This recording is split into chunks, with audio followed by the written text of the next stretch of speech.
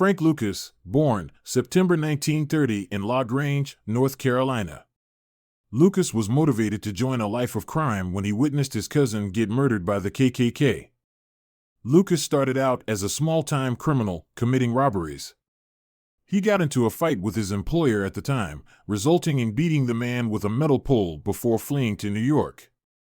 On the streets of Harlem, he carried on with his petty crimes before being taken under the wing of notorious crime boss, Bumpy Johnson. This connection allowed Lucas to work his way up the ladder of crime. In 1968, Bumpy Johnson died, which left the streets of Harlem up for grabs. Lucas was eager to fill his shoes and went on to start his own drug ring dealing heroin. This would lead him to be in direct competition with the Italian mafia. Lucas would run over every minor detail of his operation, ensuring there was no loopholes.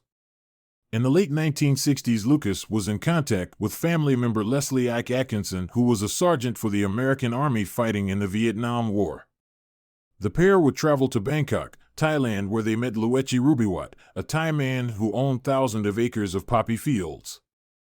Lucas secured a deal paying only $4,200 per kilo of heroin, rather than $50,000. Lucas now needed to transport the drugs back to New York, which he used his army connections to do. As more American soldiers died in the Nam War, bodies were sent home in coffins by plane. Lucas was aware of this and used it to his advantage. He had coffins with false bottoms made, which he filled with kilos of heroin, accompanied with a fallen American soldier. Business was now thriving for Lucas, and his 98% pure heroin, which he branded Blue Magic, was flooding the streets of Harlem.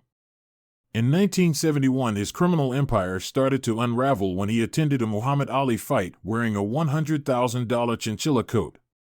Lucas later admitted he made a mistake, as it left officers questioning who this unknown wealthy man was.